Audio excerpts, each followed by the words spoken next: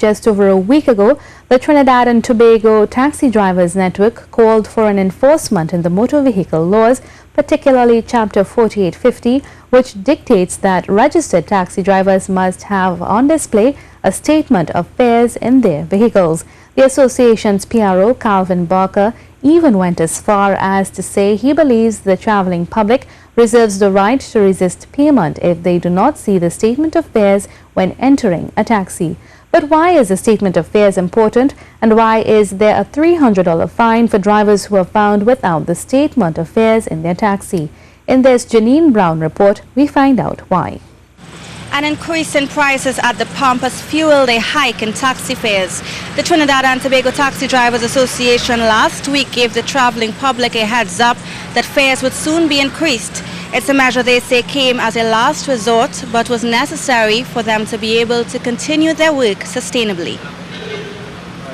But ahead of these fare increases, the network's PRO Calvin Barker raised the concern of drivers not adhering to the motor vehicle laws of this land, which state drivers must display in their taxi a statement of fares. According to the Motor Vehicle and Road Traffic Act, Chapter 4850, taxi drivers face a $300 fine if found without the statement of fares in their taxi. With fares about to increase and some having already been implemented, it's advised that now more than ever commuters be on the lookout for the tariff badge when traveling. The PRO had also called for greater enforcement of the law by way of patrols on the taxi stands. He said it's unfair to drivers who pay the fee to obtain the tariff badge to have to share the stand with these delinquent drivers. I traveled in a total of 10 taxis on various routes to see how many drivers actually had the statement of fares. I used this cell phone to capture what I saw.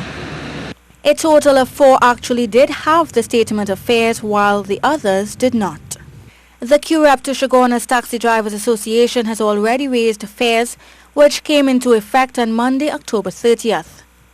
Playing the role of a passenger who might not be up to par on the changes, I handed the driver $8, which was the previous fare. To my surprise, he did not alert me to any changes. So I questioned him off camera as to whether the fare had actually increased as was reported. He confirmed it had. The driver did in fact have the tariff as he showed me, but said he knew many passengers were not yet aware of the change, hence the reason for his leniency. Traveling the same route with another driver, however, went a little differently.